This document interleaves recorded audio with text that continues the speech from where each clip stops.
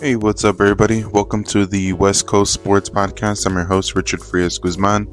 And on today's episode, I am going to be doing a three-part episode. I will be talking about all three teams, as there has been some news with Dodgers. Most of you guys have probably already seen it, maybe online or something like that on social media. Unfortunately, Justin Turner is no longer a member of the Dodgers.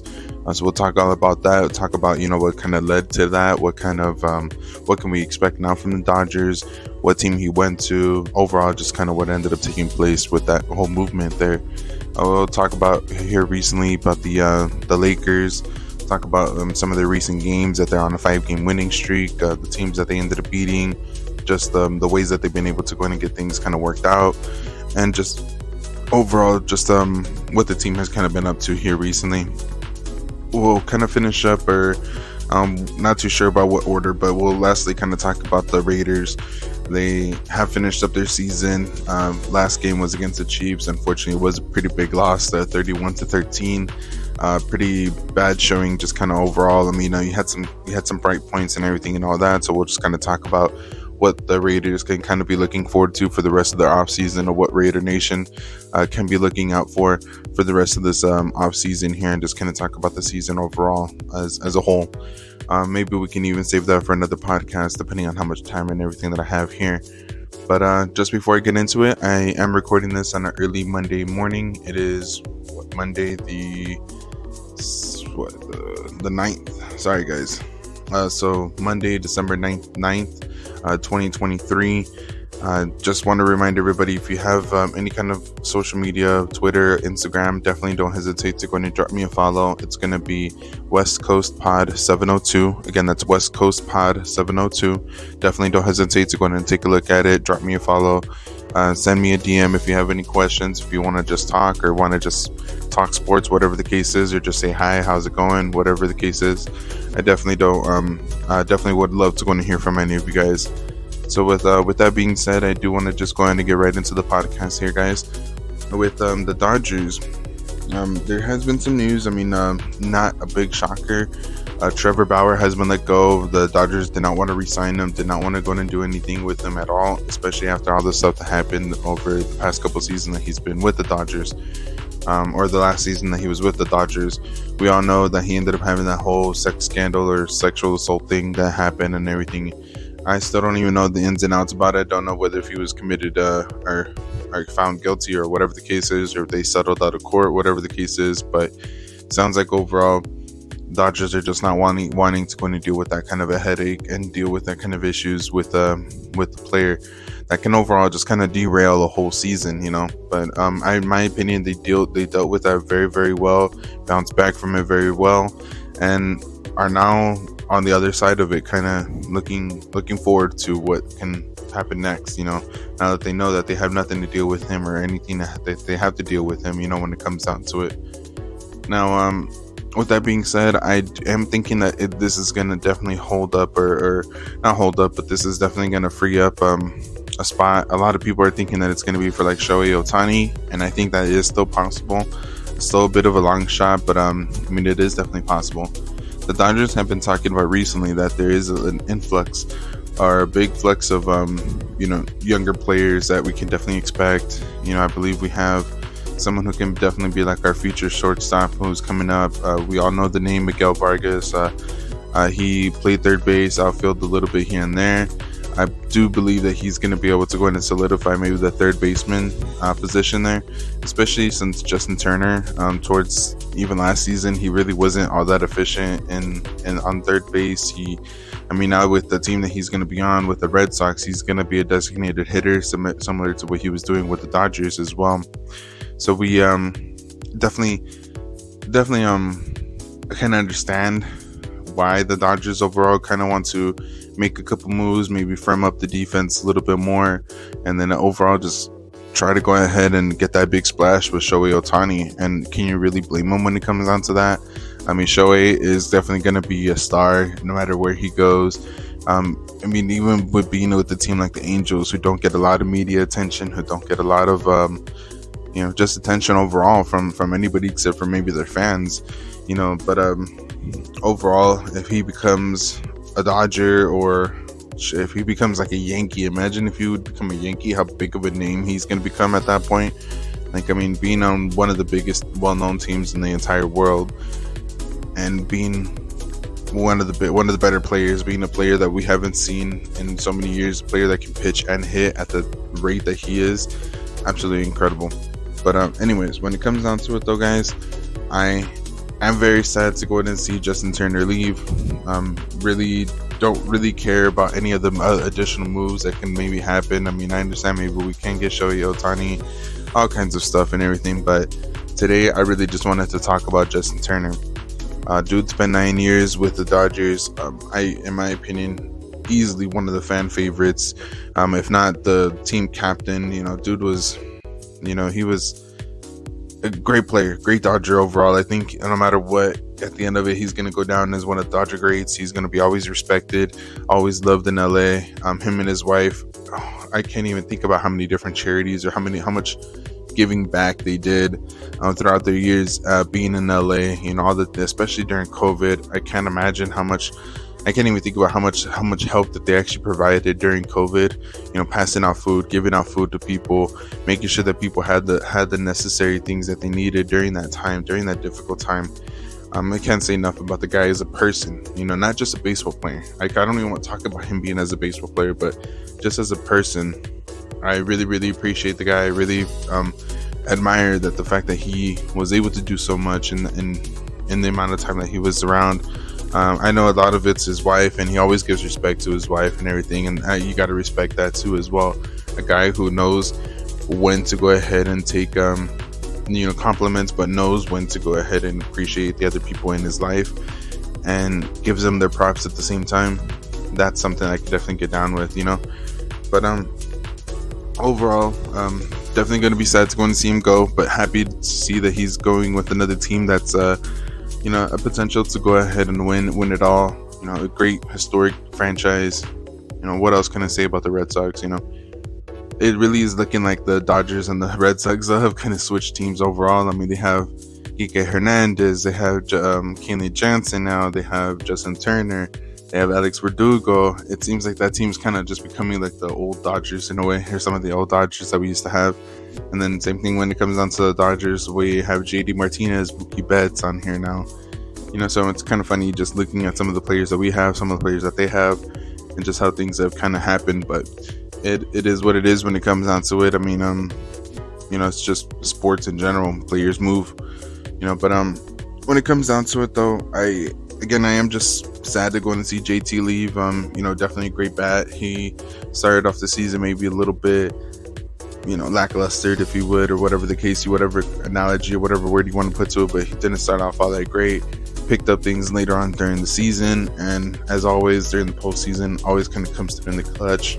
Even though some of his teammates weren't really doing all that well, it is one of the big reasons why I was so happy to have him on the team, just because he is a really clutch at bat, especially when you have guys like Trey Turner who really didn't do much during the postseason or anything like that. You really want to go and have guys that can step up to the plate and deliver in clutch moments, or at least in moments that can result into scores or whatever the case is. But it is what it is when it comes down to it. Definitely going to be sorry to go and see him leave. Sounds like he signed some sort of a 2-year deal with an option to leave after the first year for about like 15 or something, like 15, 17 mil. Got like 5 or 7 mil in incentives that he can go in and pick up. It just kind of overall sounds like once the Dodgers were not willing to go ahead and give him more than that 1 year, maybe like 10 or 12 million that they wanted. I think he really wanted a multi-year deal to get himself to that 40th year. He has 38, so I'm pretty sure he just wanted to get to that point. Maybe then at that point retire, whatever the case is. But it is what it is. It is just one of the things that you just had to go and see him go, but happy to see him go to another team that could potentially give him something, where he's not just going to be there just to go and collect the paycheck. They're actually going to be possibly fighting for something, in this season. Hope, depending on how things go and everything. But again, JT, thank you for everything. You are definitely the man. Always loved you. I always loved you as a Dodger. Always, all the great times, all the great moments, all the fans that you have are definitely going to go to miss you. I know Dodgers fans have loved you for so many years, and we will continue to do that. I hope you maybe come back as a skipper or something. I don't know. You come back to the Dodger organization somehow. I'm sure we'll open up our arms, and welcome you. But with that being said, though, guys, do want to just go ahead and transition on over to we'll talk about the Lakers here briefly, as they are on a 5-game winning streak, as they are getting things kind of dialed in, looking like they can definitely go up to any team, especially the teams that they know that they can beat. Even with Anthony Davis being out, they beat them. You have plenty of players like Thomas Bryant. You have Dennis Schroeder stepping up, coming up with big points. You have Russ though doing Russ things, and him really just dialing things in, getting things all figured out for himself. LeBron doing LeBron things, even at the age of 38. Really, really impressive when it comes down to it. I mean, I don't even know what else to go and say when it comes down to this. Lakers have been just playing exceptionally well, making sure to kind of follow off of the defense that they got going, making sure to build off of that, making sure to go and have their transition offense come off of that defense that they have. Making sure that they're not having the opposing team, rest or get settled in or anything like that. It is one of the big things that I've been noticing during this time, pretty much this whole season, is what they really want to do is just get out there and run. Now, you do have some players out there that might not be 100% fitted for it, but it is one of those things that you have to see at what points you can go and do so. And yes, that's one of the main things that with LeBron, it's one of the better things is that you can turn LeBron, or with LeBron, you can make your team into any kind of a team you want. Whether if you want it to be a half-court team, like a half-court offense team, a running gun team, like getting a bunch of fast breaks, whatever the case is, LeBron can adapt and can make that team what it is, But overall, I heard a couple things when it comes down to it. I mean, people have been talking about, LeBron having this amazing, outburst of scoring and everything this and that during this time. I mean, that's just LeBron. I mean, I think he's trying to make up for the time that he missed when that he wasn't able to go and score all that much, or whatever the case is, or when he was hurt. It looks like February could be right around the time that we could be looking for him to go in and pass Kareem Abdul-Jabbar. Absolutely incredible to go in and think about that. But overall, it is just one of those dates that we have to go and just keep an eye out for. I am going to be trying to see if I can pinpoint the day, and I can actually try to get me some tickets and try to head on over there. That'd be absolutely incredible to be in the building for. But overall, it is just impressive overall that they have this 5-game winning streak for the Lakers. It is just one of the things that I'm just waiting to hear back from when Anthony Davis, and I think this week we should actually be getting some sort of information on that, when Anthony Davis could be returning back, or what's the status of his injury, his foot injury. So we'll have to go and wait and see. I am waiting to go and see what's going to happen with Lonnie Walker, and as well with Austin Reeves, as those are two guys that are definitely crucial to our team. But we'll see what happens. We'll see what kind of news we get maybe later on this week, or hopefully even today. But with that being said, though, guys, I do want to go ahead and transition, so that way I'm not taking up too much time here. I do want to just transition, as today the Lakers are underway again.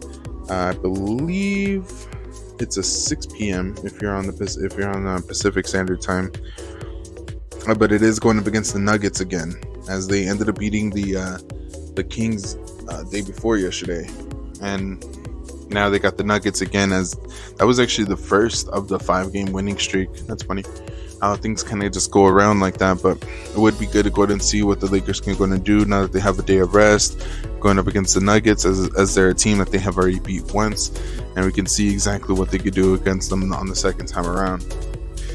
But we'll talk about that game most likely Wednesday, if not tomorrow, doing like a little recap or something like that.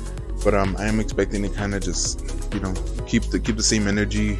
You really can't do a whole lot when it comes down to Jokic. If Jokic is going to go off and he's going to score a bunch of points, there's not much you can really do when it comes down to that. Same kind of thing with Jamal Murray. You have to really just kind of keep him in front of you, make sure that you're making things difficult for him, and then just wait to see if the ball's going to fall or not.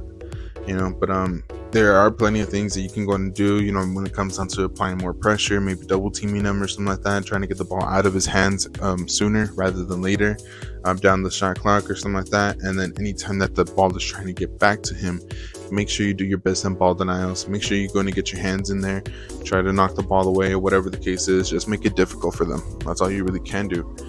Sometimes we notice that that's all you really have to do against the Nuggets. If you disrupt their rhythm or disrupt the way that they want to play, then they get frustrated and they end up kind of losing it after that. But we'll see what happens. It's going to be definitely a big game, definitely a game where we can see if we can increase that winning streak to 6 games. And the most important thing with all this is that this is coming from a team that does not have Anthony Davis currently. Isn't that crazy?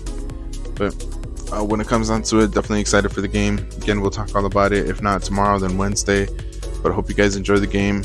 I am just going to be wrapping things up here with the Raiders. But before I do all that, I do just want to take a quick minute to remind all of you guys to go and check out this page on Instagram.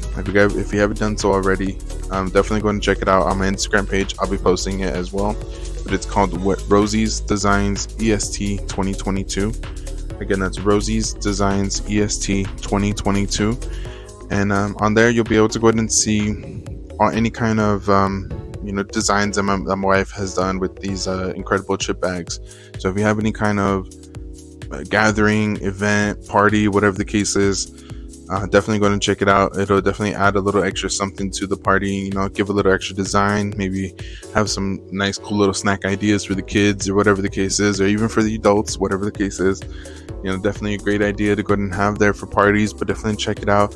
I believe she even has a giveaway going on. So if you have something like that coming up and you want to go ahead and get something at a discounted price or even free, definitely going to check out the giveaway on my wife's page. And again, that is Rosie's Designs EST 2022.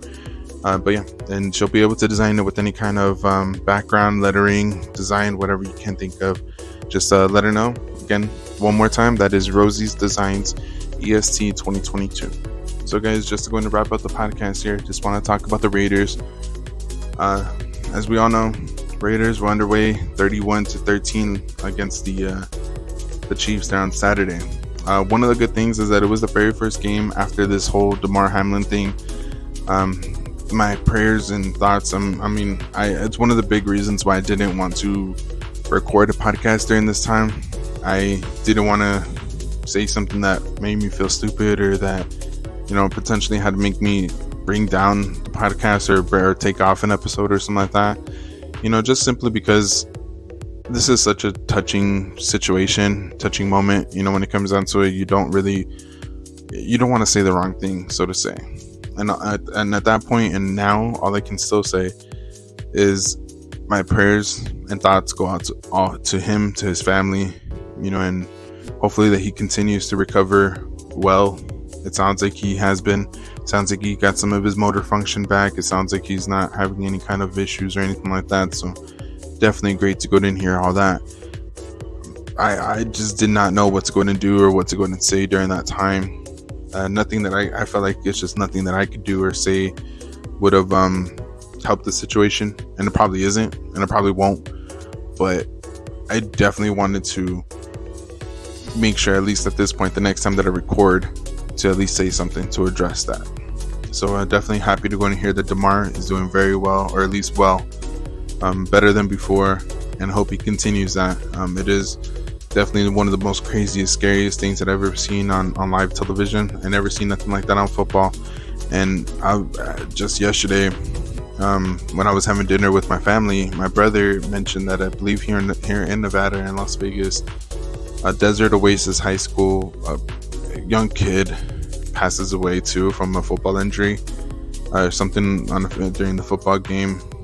It is absolutely mind-boggling to me that kids, adults, people just in general have to pass away like this or by playing a sport.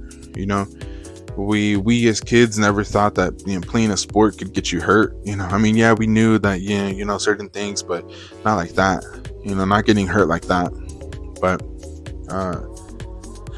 it is hard to go and hear about all that, and my prayers and thoughts go out to this family. I wish I would have known more. I probably should have done my research or something like that, but just even hearing that, hearing that some kid passed away just from a football injury, definitely sad to go in here. If you guys know anything about that, definitely go and shoot me up a DM or anything like that with any kind of article, that way so I can at least educate myself on that. But if it is the case, my prayers and thoughts go out to him, to their family. Absolutely mind-boggling that something like that happens again. But on to get a little bit more on the positive note here, I did want to go ahead and just well, I don't even know how positive it's really going to be now that I'm thinking about it. But the Raiders did finish up their season, as we all know, 31-13 against the Chiefs. It would have been nice to maybe see that the Raiders could have spoiled their opportunity to get that number 1 seed for the Chiefs, but it is what it is. In my honest opinion, the game, I mean, had its moments. You know, Jarrett Stidham did his thing, not really at the same time. You know, it's just one of those things that when it comes down to the season, the way things ended, not 100% happy when it comes down to it. The whole thing that happened with Derek Carr, with the whole thing that's going on with all these rumors about who they're going to potentially bring in and all this and that. I was actually even talking about it with my dad yesterday, and I know maybe some people don't even want to hear this right now, but I am thinking that Stidham could possibly get re-signed. I'm pretty sure he's going to be as a backup. I know what you guys are all thinking. Well, who's going to be the main? Who's going to be QB1? My honest opinion, I am thinking that the Raiders are going to go ahead and sign Tom Brady. And I know what you guys are thinking. Oh, hell no, don't bring old man Tom over here, this and that, blah, blah, blah. Maybe that he's not having the best season or whatever the case is, but you have to admit that this guy and Josh McDaniels have some sort of chemistry together, man. They have something that not a lot of coaches and quarterbacks have. You know, but it is what it is. I mean, nothing's official until they actually go ahead and sign the paper and all that, and actually make it official. But it is one of the things that I'm thinking that is most likely possible to happen. Just because all the other options, I mean, Aaron Rodgers, I don't really think that's going to happen. I'd like it to happen, but I mean, maybe you might be better off with Tom Brady in that case, in my honest opinion. The only one that I think would have made a lot of sense would be Lamar Jackson. Now, the only reason it might not make sense is because they had to give him like $50 million, and that's a little outrageous in my honest opinion. But you know, if we get 2 years of Tom Brady, sign some sort of good rising rookie who can be right behind Tom and who can learn the system, and then after those 2 years take over, maybe that'll be the best situation.